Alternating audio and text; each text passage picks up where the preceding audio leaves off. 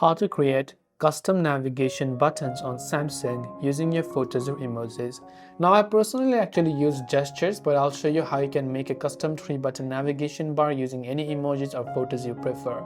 First, open up your Galaxy Store and make sure to download GoodLock. Now GoodLock is no longer regionally restricted, it is available across the globe for everyone in this case, so just download GoodLock. Once you download and install GoodLock, so basically within GoodLock we need another plugin called Navigation Star. So once we're here, you can see this option called Navigation Star. Make sure to tap on the download button to download it and open it up and turn it on. Now under Navigation Star, first we will switch to buttons and turn on the buttons tab and tap on the OK button. Now over here we will go and select buttons within our Samsung account. Now once we've done that, you can see I've selected buttons. Now I'll turn this on. Now for new configuration, I can simply use an emoji in this case. So I can just tap on this new configuration tab, and for the recents tab, for this icon, let's say if I want an image, I can go ahead and then select that. I can tap on the icons tab to select that, or I can just come back and I can choose any one of these icons in this case.